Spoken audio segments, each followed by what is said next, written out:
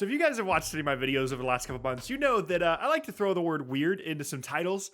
This Warriors team right now, this is the definition of weird. This team is why those kinds of titles were invented in the first place. The Golden State Warriors might be the most intriguing team in the entire league right now in terms of what's going to happen for them this year and into the offseason. And honestly, the number one thing that has made this such a strange situation is the Warriors are kind of good again. They just lost to Denver, but over the last month or so, Draymond has come back. Kuminga has been really good. They moved Klay to the bench over the last couple of games. Curry got on this little bit of a hot streak. And all of a sudden, I'm starting to think, wait, are we going to get tricked into this again? We think the Warriors aren't all that good, and then all of a sudden they're in the conference finals or they're in the finals or something. I really started to have thoughts about like, wait, should they have been in the contender video? Should I have had them ranked somewhere in that video?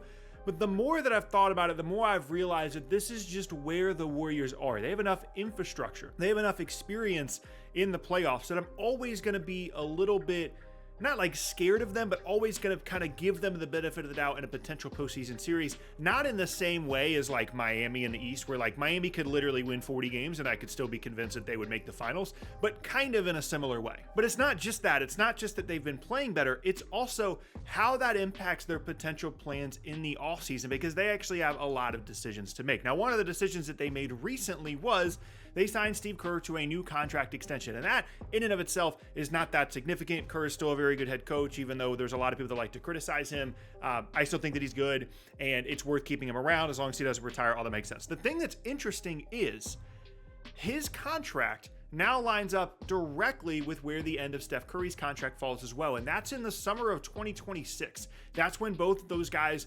presumably, unless they sign another extension, will go into free agency. Whether they actually exercise that right remains to be seen. But to me, that almost outlines a timeline of them saying, okay, we're going to continue to do what we do and what we've been doing the last couple of seasons up until this point. And then maybe at that point in the summer of 2026, they start to explore other options outside of just this very, we always have to try and contend because we have Steph here kind of era that they've been in. And on paper, that might seem crazy for them to start thinking about what a post-Steph Curry era would look like. But one, obviously he's getting old. And two, they have put together some extremely expensive rosters for years now. And at a certain point, if you're not truly contending for a title, if you're not winning 50, 55 plus games in a regular season, you have to start thinking about the longevity of the franchise and what direction you want to go in. And I think they've kind of put a little bit of a mile marker there down the road in 2026. But for this season and for this offseason, there's a lot of stuff to talk about with Golden State. First and foremost, there have been some developments this season that have helped them play much better. Obviously, the return of Draymond has been huge for them. Kuminga's improvement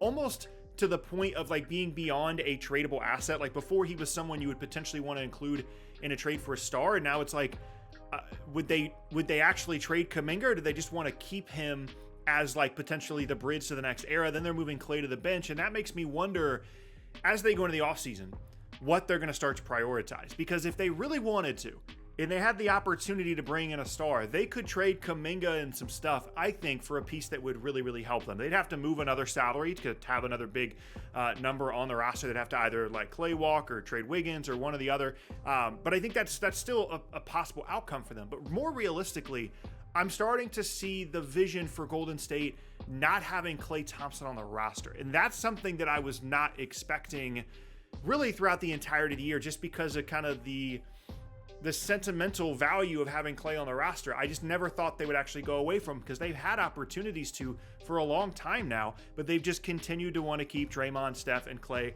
all together. They've had opportunities to let either Klay or Draymond walk, and they haven't. But I'm starting to think that maybe this team is moving beyond what Klay Thompson provides them. He's still good, but I also think he's going to have some options potentially in free agency, not to make $40 million, but like Orlando, Philadelphia, teams that need another, floor spacer out there. I think Klay Thompson would have interest from those teams. And the Warriors are starting to look more and more like a team that maybe just doesn't need what Klay provides anymore. But because of Kuminga, because of Podziemski, because of just all these random guys they're able to bring off their bench that can shoot and guard a little bit. And when you align that with the possibility of maybe trading Kuminga for somebody in the offseason, there's just already so many question marks for where the Warriors go from here. Not to mention the fact they have to figure out if they're going to get rid of Andrew Wiggins, who they definitely explored trading at the deadline and ended up not doing so.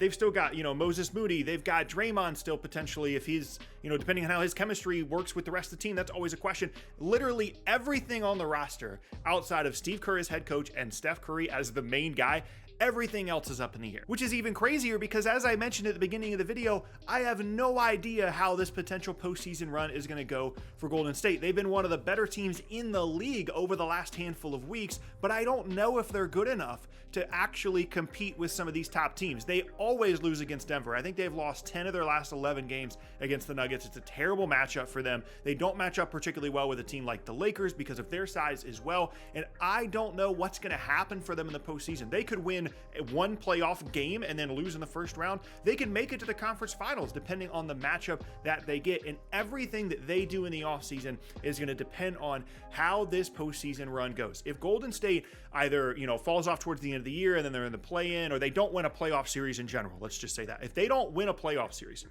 I think Klay is probably gone, and they're either looking at getting a little bit cheaper and trading some stuff away to be a little bit more flexible to build the roster moving forward, or trading away Kuminga and trying to get a star, or just letting Klay walk and hoping that Kuminga becomes that guy. But no matter what, I think if they don't win a playoff series, there are going to be changes in Golden State. If they make the conference finals somehow, I think they can easily look at the roster and say, okay, Klay, here's the deal. We're going to 2026. That's where we're going to be. If you would like a contract extension worth something bigger than what he would get from another team, let's just say that, hey, you can get $40 million a year for 2 years.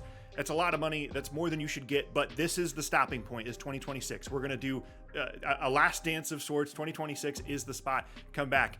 I could see that as a scenario if they have a good postseason run and make the conference finals. And the reason that this situation has gotten weird is because that wasn't a scenario that I thought was possible a month ago.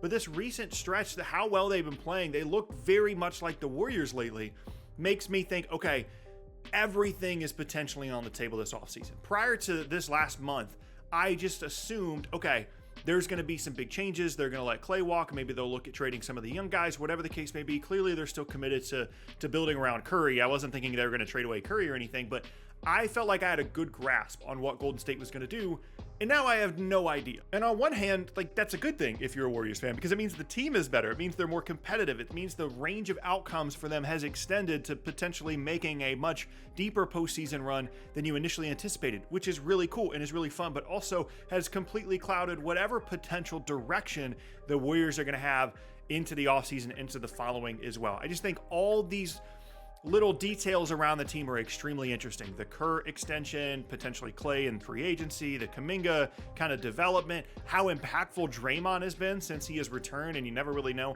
how all that is going to work as well. And as I mentioned, how terrible some of their matchups are against some of these other teams that they could potentially face in the postseason. And I cannot wait to see how this postseason run goes for Golden State, because it is going to be the determining factor of what they do in the offseason. And with all of these different things together, this team that has been incredibly successful over the past decade, all these foundational pieces that have been there the whole time, potentially losing some of those guys, how impactful this postseason run could be. This is one of the strangest roster building situations that I've seen in the NBA in a while.